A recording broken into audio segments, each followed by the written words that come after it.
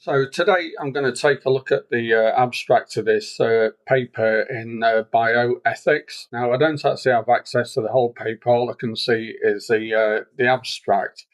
So I can't comment too much about the whole thing, but I think it's certainly worth a quick look. So it says that the bite of a Lone Star tick, so that's a tick that's found in the United States, spreads something called alpha-gal syndrome, a condition whose only effect is to create a severe but non-fatal red meat allergy. Um, so it goes on to talk a little bit about that, and it says that they argue that if eating meat is morally impermissible, then efforts to prevent the spread of tick-borne AGS is also morally impermissible. And then they say that they defend something called the convergence argument, whereby if doing something prevents a world from becoming a significantly worse place and it doesn't violate anyone's rights and promotes virtuous moral character, then I think it's strongly pro tanto obligatory. So pro tanto apparently means only to that extent.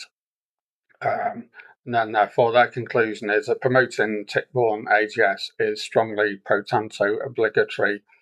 And then it claims that it's presently feasible to genetically edit the disease-carrying capacity of ticks. Now, I don't know exactly what that means because I haven't got the access to the full paper.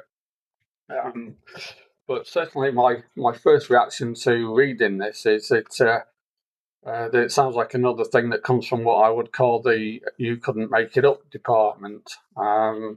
Now, I'm hoping that this is simply just a case of talking about these things in the abstract, as it were, in an academic paper, and that it's not actually going to happen in reality. I guess these kind of journals probably carry all sorts of ideas and arguments that wouldn't necessarily see the light of day in terms of actually being implemented.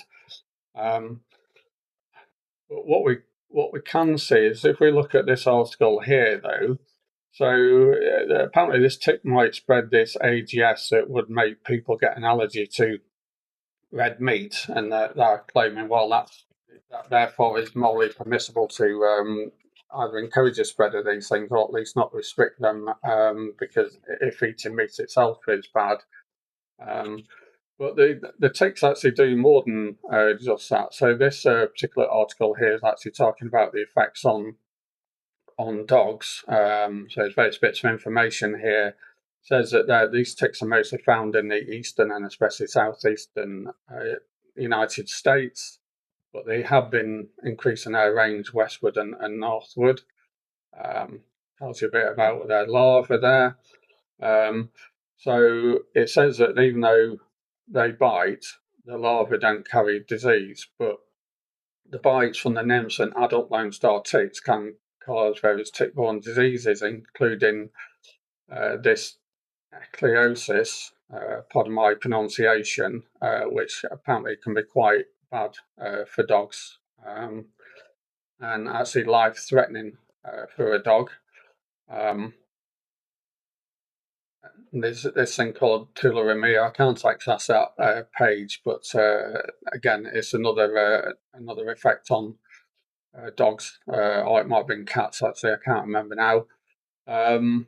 So clearly, these. Oh yeah, and here we go as well. Is it says Lone Star ticks transmit a deadly disease to cats as well, called bobcat fever.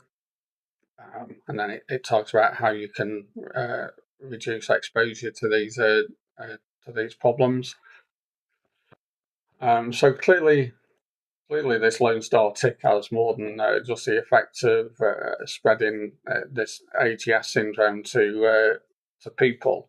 And it does make me wonder whether they've considered the law of unintended consequence here. If they were actually to see this idea implemented, that they actually promote the spread of these ticks, it looks like there'd certainly be effect on cats and dogs, unless they're claiming that this feasibility of genetically editing disease carrying capacity would eliminate that. Um, but I think the thing is, it sort of struck me about this. I mean, like I say, I can't sort of criticise it too far because I haven't seen the whole paper and their whole arguments, but it certainly gives an insight into what is potentially a slightly weird world of bioethics.